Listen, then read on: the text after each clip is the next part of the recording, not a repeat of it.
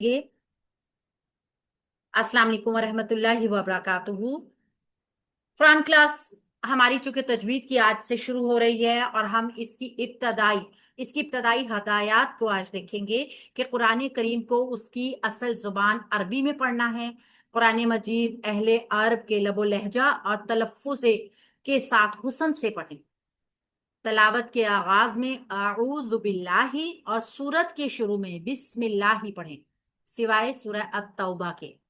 दौरान तलावत सूरत शुरू हो जाए तो सिर्फ बिस्मिल्लाह पढ़ें। ये वो आदाब हैं, ये वो हदायत हैं जो आपने नोट करनी है।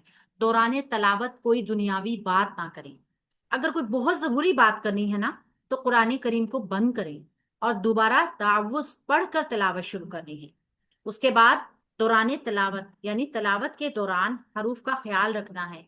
हरूफ को उसके सही मखरिज से अदा करना है ताकि एक हरफ दूसरे हरफ से तब्दील ना हो।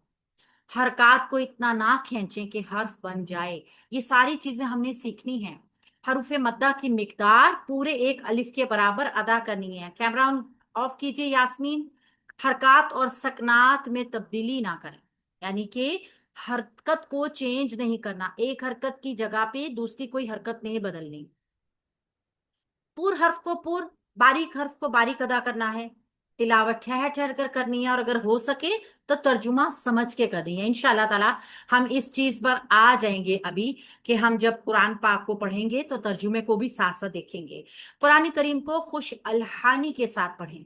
इस तरह कुरान मजीद के हुस्न में इजाफा होता है।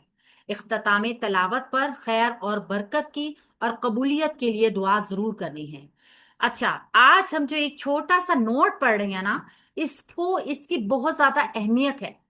एक अलिफ की मिकदार आम हालत में खुली उंगली को बंद करना या बंद उंगली को खोलना है। ये आपको बार बार कुरान पाक में कहा जाएगा और बताया जाएगा तजवीद के रूल के हिसाब से कि इसको एक अलिफ के बराबर या दो अलिफ के बराबर या तीन अलिफ के बराबर खींचना है। तो आपने देखना है कि एक अलिफ क्या मिकदार है। एक अलिफ की मिकदार क्या है, आम हालत में आप अपनी बंद मुट्ठी कीजिए और उसमें से एक उंगली को सीधा कीजिए। जितनी देर इस सीधा करने में उंगली को लगेगी वो आपकी एक अलिफ की मिकदार है। ठीक है। अगर दो अलिफ के बराबर किसी हर्फ को लंबा करना है तो पहले आप एक अलिफ को और फिर उसके बाद दूसरी अलिफ को, यानी एक उंगली को सीधा करेंगी और फिर दूसरी उंगली को सीधा करेंगी।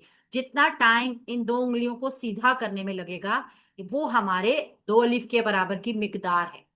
इसी तरीके से अगर मद बनाई जाएगी तो बाज औकात तीन अलिफ के बराबर, बाज औकात चार अलिफ के बराबर मद बनाई जाती है।